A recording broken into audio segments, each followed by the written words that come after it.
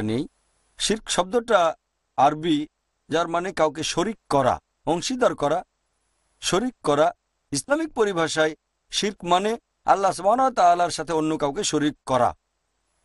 শিরক ইসলামিক ভাষায় বললে এর মানে আল্লাহ সুবহানাহু ওয়া তাআলার সাথে কাউকে শরিক করা। যদি আল্লাহর পাশাপাশি অন্য কারো ইবাদত করেন সেটা শিরক, সবচেয়ে বড় পাপ। আর ইসলাম ধর্মের কথা যদি বলতে হয়, অনেক ধর্ম এক ঈশ্বরে বিশ্বাস করে, তবে ইসলাম এক আল্লাহকে মানার পাশাপাশি বিশ্বাস করে তৌহিদে। তৌহিদ একটা আরবি শব্দ, যার মূল আরবি শব্দটা হচ্ছে ওয়াহদা, যার অর্থ একত্রিত করা, একতাবদ্ধ হওয়া। আর তৌহিদের ক্যাটাগরি মোট তিনটা। প্রথমটা তৌহিদে রুবুবিয়া, দ্বিতীয়টা হচ্ছে তৌহিদে আসমা ও সিফাত, তৃতীয়টা তৌহিদ আল ইবাদা। প্রথমটা তৌহিদে রুবুবিয়া, এর অর্থ একত্রিত হওয়া আর মেনে নেয়া যে আল্লাহ কেবলমাত্র একজন, একমাত্র তিনিই হলেন পালনকর্তা, রক্ষাকর্তা। পুরো বিশ্ব জগতের, পুরো মানুষ জাতির সবাই তার উপর নির্ভরশীল, কিন্তু তিনি কারো উপরেই নির্ভরশীল নন। এইটা প্রথম তৌহিদে রুবুবিয়া। এটা এসেছে আরবি শব্দ রব থেকে, অর্থাৎ প্রভু। দ্বিতীয়টা হচ্ছে তৌহিদে আসমা ও সিফাত, যার মানে একত্রিত হওয়া আল্লাহ তাআলার নাম ও বৈশিষ্ট্যগুলোর বিষয়ে। এই ক্যাটাগরিকে আবার 5 ভাগে ভাগ করা হয়েছে। 1 নম্বর, যে আমাদের স্রষ্টা আল্লাহ সুবহানাহু ওয়া তাআলাকে শুধুমাত্র সেই নামগুলো দিয়েই ডাকা যাবে যেগুলো তিনি নিজেই দিয়েছেন, অন্য কোনো নাম না। 2 নম্বর পয়েন্ট, আল্লাহর বর্ণনা দেব একমাত্র সেইভাবে যেভাবে তিনি কোরআনে নিজের বর্ণনা দিয়েছেন, আর যেভাবে বর্ণনা দিয়েছেন নবী মুহাম্মদ সাল্লাল্লাহু আলাইহি ওয়াসাল্লাম। 3 নম্বর, আল্লাহ সুবহানাহু ওয়া তাআলার কোনো একটা বৈশিষ্ট্য তার সৃষ্টির উপর আরোপ করা যাবে না। যেমন ধরেন, আল্লাহ তাআলা চিরস্থায়ী, বলতে পারবেন না একজন মানুষকে আমি চিনি যে চিরস্থায়ী।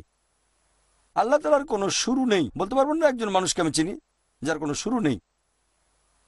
4 নম্বর হচ্ছে, আল্লাহ সুবহানাহু ওয়া তাআলাকে যে নাম দেওয়া হবে সেটা শুধুমাত্র তার, অন্য কারো নয়। আপনি কোনো মানুষকে এমন নাম দিতে পারবেন না যেটা আল্লাহ তাআলার নাম। যেমন ধরেন রহমান, নাম দিতে পারবেন আব্দুর রহমান, খালিক বা আল্লাহ।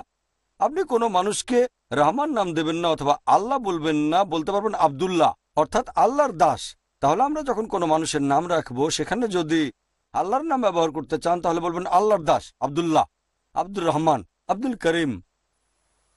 শেষ পয়েন্ট হচ্ছে, যেসব বৈশিষ্ট্যগুলো মানুষের মধ্যে আছে সেগুলো আল্লাহর উপর আরোপ করা যাবে না। যেমন ধরেন, মানুষ ভুল করতে পারে, এটা বলতে পারবেন না যে আল্লাহ ভুল করেছেন, ঈশ্বর ভুল করেন।